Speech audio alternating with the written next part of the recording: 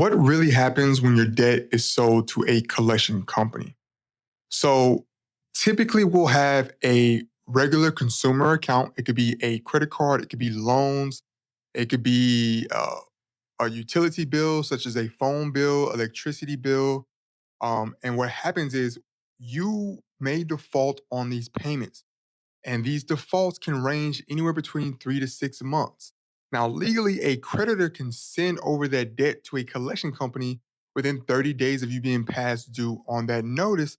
But usually, bigger companies such as credit card providers and loan providers, they'll at least wait 6 months or 3 to 6 months, and they'll try to communicate with you before they send that debt over to a collection company. Now, if you notice that a creditor was not able or did not contact you before they sent the debt over to a collection company, they may have outdated information. Humans, we move a lot. We change phone numbers. And so they may have been trying to use that old information to contact you and they haven't been able to get a hold of you. So you really, it still falls on you because if you move, you change addresses or you update phone numbers, you're supposed to go into that account and update that information anyway.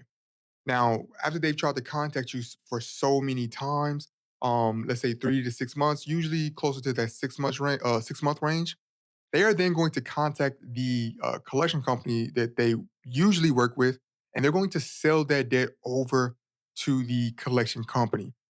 Usually, that collection company, as soon as they get that debt, they're going to need to send you some sort of notice letting you know that they now have ownership or they've been contracted for that debt, which is two separate scenarios that I won't get into for this video. Once they have retainment of this debt, they're going to contact you and then they're going to give you a chance to pay this off or they report it. This is a very key point that if you're smart, you could take advantage of. Once you get this notice, it's important for you to work with the original creditor.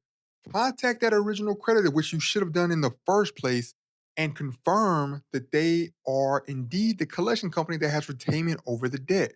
Now, sometimes it can be difficult for these huge companies such as a TELUS to confirm because usually it's just a rep you're speaking to and they have no knowledge.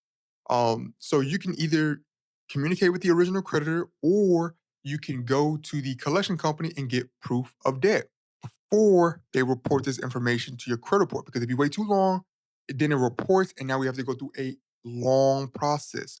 If that collection company is able to provide you with the documentation before they report this account, you should feel more than comfortable to work with that collection company to settle the debt.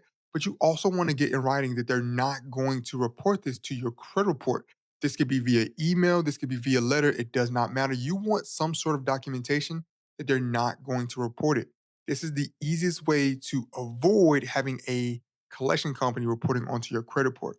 Now, if you fail to communicate with the collection company, communicate with the original creditor, that collection company is then going to report that account to your collection section of your credit report, and it's going to be extremely difficult. It's possible. It's going to be extremely difficult to remove this account off of your credit report. And this is typically where you have to work with a credit repair company such as myself to help you dispute and remove those collection accounts off of your credit report.